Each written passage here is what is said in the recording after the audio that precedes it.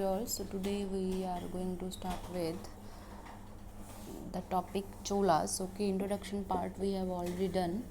So what we have done about the Cholas? The Cholas came into prominence in 9th century CE under Vijayalaya. Okay, who conquered Tanjore or Thanjavur by defeating the Palwas and all. Okay, so Cholas were the subordinates of the Palwas and all. Okay, the important Chola ruler and their significant contribution are as follows. I am telling you. So after the founder was who was the founder of Cholas? Vijayalaya. Okay, after Vijayalaya, Rajaraja I, also known as Mumadi Choladeva, okay, or we can say that he was very powerful, or we can say that good administrator, okay. So he was subjugated by the Cheras and all, okay. So he overran, we can say that, eastern Chalukya kingdom of Vangi, and also captured the islands of Lakshadweep and Maldives. Means we can say that Raj Raja I was also very powerful uh, administrator and the ruler of the Chola dynasty. He transformed the Chola kingdom into mightiest kingdom in India by the middle of 11th century CE. Right? So he undertook military campaign in North India, crossing the river Ganga and defeating the North kingdoms and all. Right? So to mark his victory, he assumed the title of conqueror of Ganga or Gangaikonda. Okay, so why he was known as Gangaikonda? Because he maximum part of the Ganga, nearby Ganga area, he owned, right? So he annexed the whole of Sri Lanka, established supremacy over the Pandya and Pala kings, and also expanded commercial contacts with many other part of the we can say that a peninsular part of that region, right? So we can say that he was very powerful. So his son was also very powerful, Rajendra one, right? So we can say that founder was Vijayalaya, and strongest king was, who was he? He was Raj Raja I, and his Raj Raja's son was also very good administrator. The name of that person is Rajendra I, right?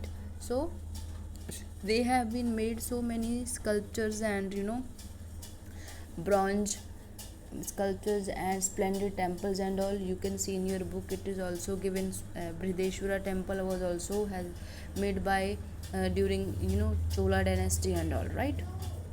So now we will talk about administration system. Chola king headed the administration and ran it with the help of his ministers. Okay, not only the king was doing all the things by his own, he is taking help of his ministers and all, right?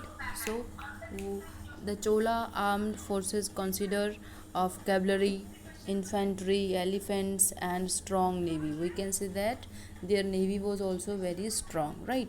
Chola empire was divided into mandalams. Mandalams means what? Provinces, right? Then Valandas. Valandas means districts. Okay. Each Valnadu, we can say that consists of several villages. The group of villages were known as Valnadus. Okay. Large town formed are separate unit called tenure. Okay, so we can say that in this way their administration system was working, right? So the system of local self government was also well developed, right? So the administration, or we can say that the administrative work was also carried out with the help of villages assemblies and all, and these assemblies were known as Ur, Sabha, and Nagaram. Ur was a common village assembly. Sabha was the assembly of learned men, and Nagaram considered of merchants, traders, and artisans. Okay, so these three assemblies were working under the administration system of the Cholas. First Ur, common village assembly. Second Sabha, the assembly of learned persons, and Nagaram consisted merchants, traders, artisans, and all. We can say businessmen and all. Okay, So details of functioning of village assemblies are provided in Uttar Merur temple inscriptions of 919 to 921 CE. Inscriptions from this period mention very lenient, we can say, punishments for offense such as theft and forgery. Okay, so this system, law system, was also very strong, we can say that. Okay, so their irrigation system was also very strong, their agriculture system was also very strong, we can say that. Okay, so in this we will talk about agriculture system of them. Cholas made new developments in agriculture. Okay, they opened up areas of large scale cultivation, means they wanted to grow more and more crops, right? They wanted to they wanted more and more production. Cholas learned and introduced the art of growing two crops in a year, right? So we can say that it is all about the what was the system of Cholas uh, agriculture system. Okay, irrigation system was also very strong. Okay, so many canals were also made.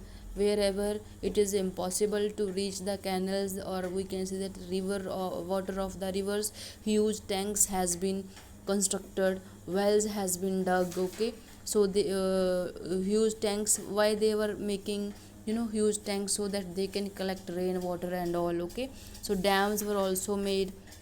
A great dam across the Kaveri River was also made at Thanjavur, the capital of granary of the south. So we can say that they were also focusing on the irrigation as well as the good agriculture system also. Okay, so the Chola temples were very rich, hence they took initiative to invest in agriculture. Whatever temples has been made by the Cholas, they were also very rich. Okay, whatever money was there, they were spending all this money to the welfare of the people. Okay, to improving agriculture system, to improving administration system, to improving irrigation system and all. Okay, whatever money was collected in the temples, it was used in these kinds of work, right? So now the we were talking about the administration system. So many people were there. Okay, Sabha members were there. There were so many instructions has to be followed by the people who wanted to become the members of Ur Sabha and all. Okay, so what are the instruction they have to follow? All those who wish to become members of the Sabha should be owners of the land. They should have their own land. Okay, from which land revenue is collected. Okay, their land they are having, from that land revenue should be collected. They should have their own homes, right? Next instruction, their age should be between 30 to 70 year, right?